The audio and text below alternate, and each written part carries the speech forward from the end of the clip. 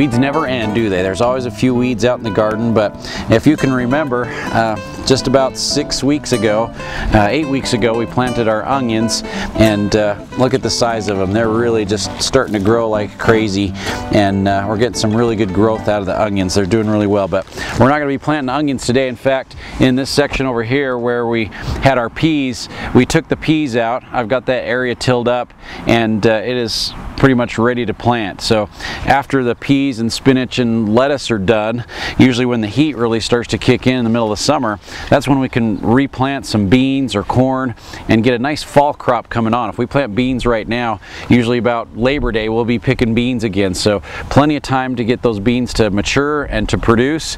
And even around the first part of August we can replant some more cold crops, so we can put more lettuce and spinach and radishes and kale and a lot of those quicker cool crops. We can put those back in about the first part of August and then let those mature into September and October. We'll have some really nice crops for then. But what I've done to prepare the soil is went through and tilled up those peas, went through and raked a spot where we're going to plant, and then I put some GardenMax down.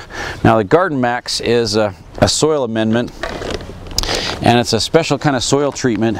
The GardenMax has a lot of organic matter in there. It's got some great fertilizers and a lot of soil conditioners to really build the soil up. And we've been using it in our garden, in our flower beds, and especially if you have a lot of clay soil, it's great for helping build that soil back up, allow water and nutrient to get down into the soil, freeze that nutrient up to the plants, and it really just conditions the soil so that the clay isn't so dominant, and it breaks it up so it'll start to work the way it's supposed to. So put a little bit of the GardenMax in there, and then we're just going to put some beans in. So I've raked this area.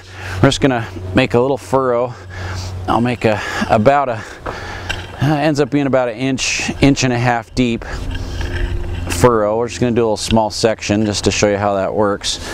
And then I've picked one of my favorite varieties of beans, and it's called Jade. And Jade's just a nice long slender bush bean. It's going to mature in about 50-55 days, and they come along really quickly. That's what the seeds look like right there. So you can kind of see what those seeds look like. And really, to be successful with your bush beans, you want about one seed about every inch. It depends on who's planting, but you know, if you're relatively careful, you can just drop those seeds right in there. And if we get a few extras, that's all right. I don't mind having a few extras in there. We can plant them a little bit thicker, but about one seed per inch is about perfect. Just going to drop those in. I've got a nice slow release fertilizer from Natural Guard we can put in there with the seeds right when you're planting, which is great because as the plants grow, it'll gradually break down and feed those plants. So I like to use Natural Guard's tomato and vegetable food. This is an all organic blend.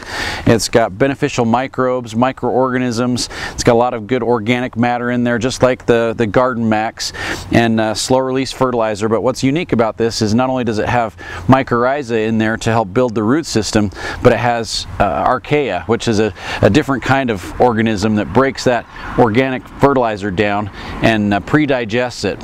Makes it available to the plants much quicker than it normally would, because organic fertilizers are usually pretty slow to release their nutrients. So we can just put this right down the rows with the seeds.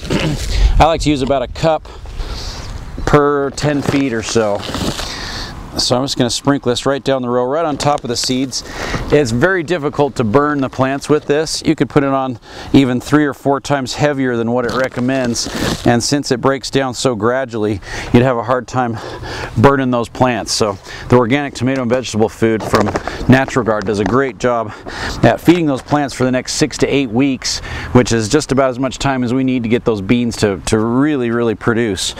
Then I'll take my rake and just slightly cover those up. So we don't want to cover them up too much, but we'll just cover them up a little bit. So they're going to end up being about an inch deep when we're done here.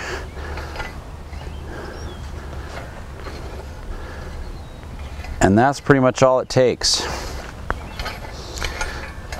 At that point, You can water them by hand if you'd like, but I love using a soaker hose. So I've got my soaker hose sitting here ready to go. I'll just take that soaker hose, lay it right down the middle of the row that I just planted. And when I use the soaker hose, I leave it on about 3 or 4 hours, and it will saturate that area right where I planted the seeds, and it will soak out about 6 inches, maybe even 8 inches on both sides, and it will really hydrate that soil, start to release that nutrient. And if we soak those beans well enough, they'll start to germinate, and we'll have those up in about a week to 10 days. They'll come up really quickly, so not too bad. But that's exactly how you get those beans planted, and super easy to do. We can plant a late crop of beans, corn, you can even do zucchinis, and then a whole bunch of cold crops after you take your peas and spinach and lettuce out. Once the heat really kicks in, they're worthless. They're done by the middle of summer, so we take those all out after they've produced. We can replant some new crops in there and really enjoy the soil and enjoy our garden late into the fall.